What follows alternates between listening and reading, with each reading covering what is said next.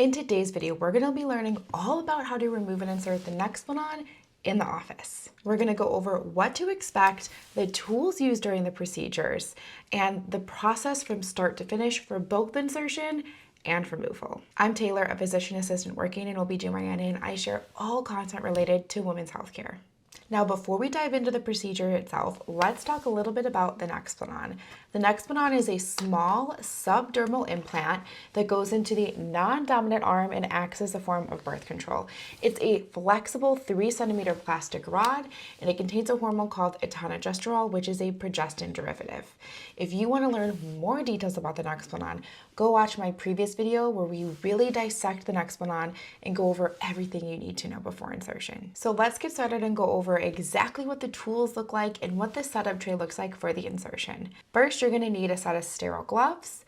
You're going to need some gauze pads. You're going to need some steri strips and a compression bandage. Next, you're going to need some type of antiseptic solution to cleanse and clean the skin. In our office, we use betadine, but some other offices may use chlorhexidine or alcohol. Then you're going to need some type of anesthetic or numbing solution. So in our office, we use 1% injectable lidocaine. So you're going to need the lidocaine as well as the syringe. Then you're going to need some type of surgical marker and a ruler. And lastly, you're going to need the Nexplanon itself preloaded in an applicator that looks just like this. So whether you're getting the Nexplanon inserted for the first time, removed altogether, or we're doing a removal and a reinsertion, the appointment itself is pretty quick.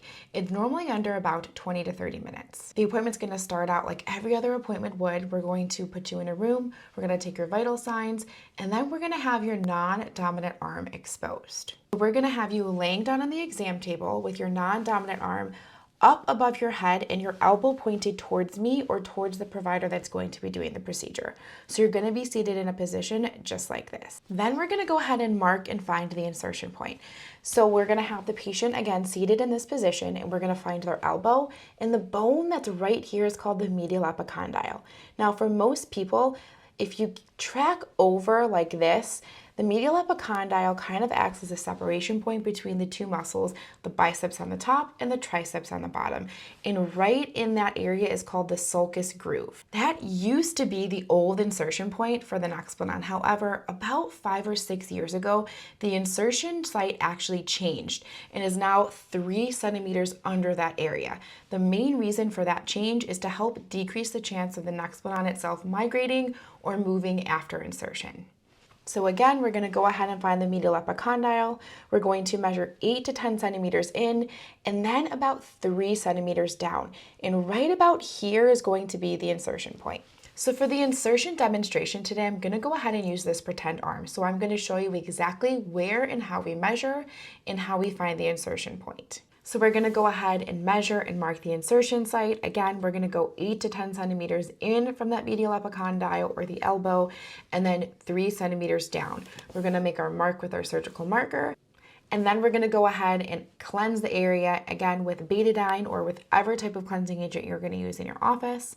And then once that is cleaned and dry, we're going to go ahead and anesthetize or numb the area with 1% injectable lidocaine, about 1 to 2 cc's. And once the area is adequately cleaned and numb, we're going to go ahead and insert the Nexplanon itself. Now, the technique for the insertion is really important. It's so important because we want to make sure that we don't bury the implant in the arm. The implant goes in the subcutaneous tissue, which is basically the fat cells of your arm.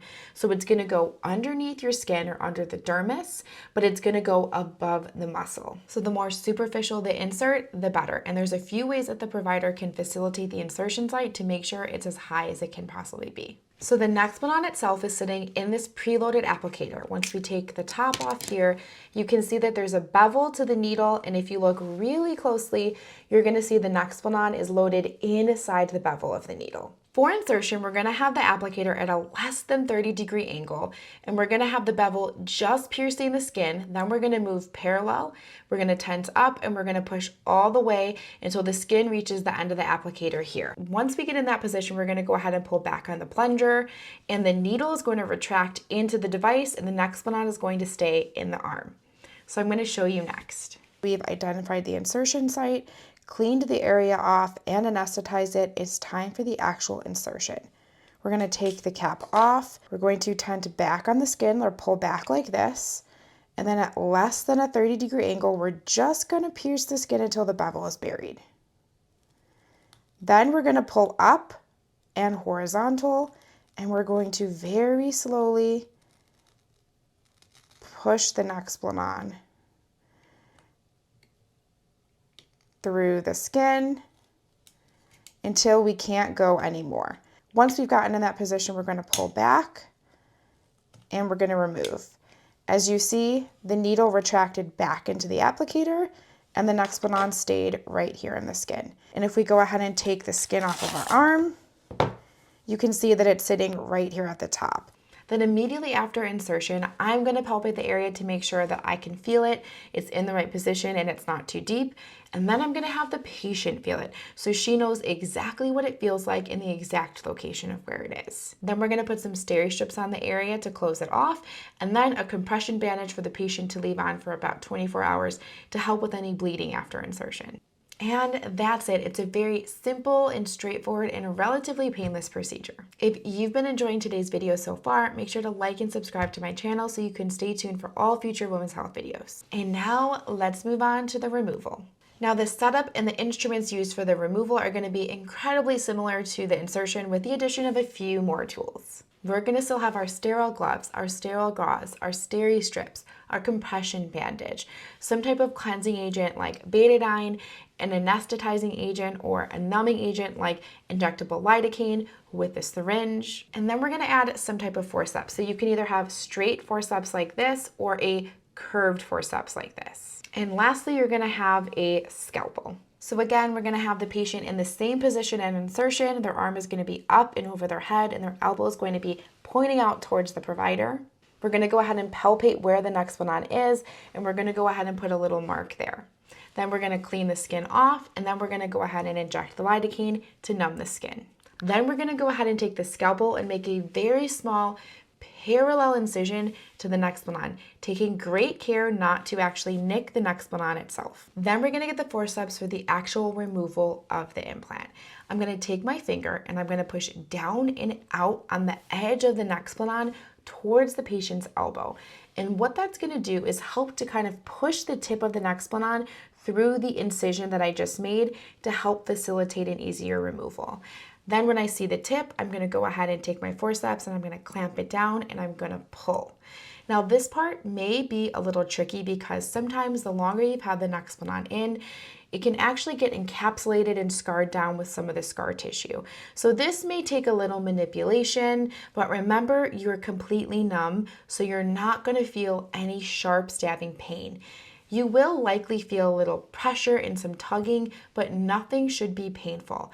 At any point in this procedure, for both the insertion and the removal, if you are feeling any pain after we've numbed the area, let your healthcare provider know because you may need a little more numbing agent. So now I'm going to show you all these steps for removal on the demo arm. We're going to go ahead and find the Nexplanon, which is right here. What I like to do is put a little marker on the skin to make it easier so I know exactly where to make my incision. So now that we've made our marker, we're going to go ahead and get our scalpel, and I'm going to push down and inward, and I'm going to make a very small incision here. Now I'm going to go ahead and get my forceps to grab the Nexplanon and pull. And there you have it.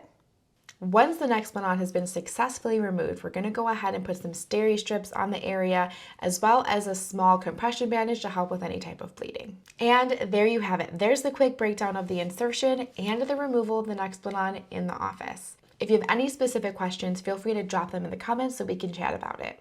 And if you enjoyed today's video, you may be interested in learning how to remove and insert an IUD in the office, which you can watch here.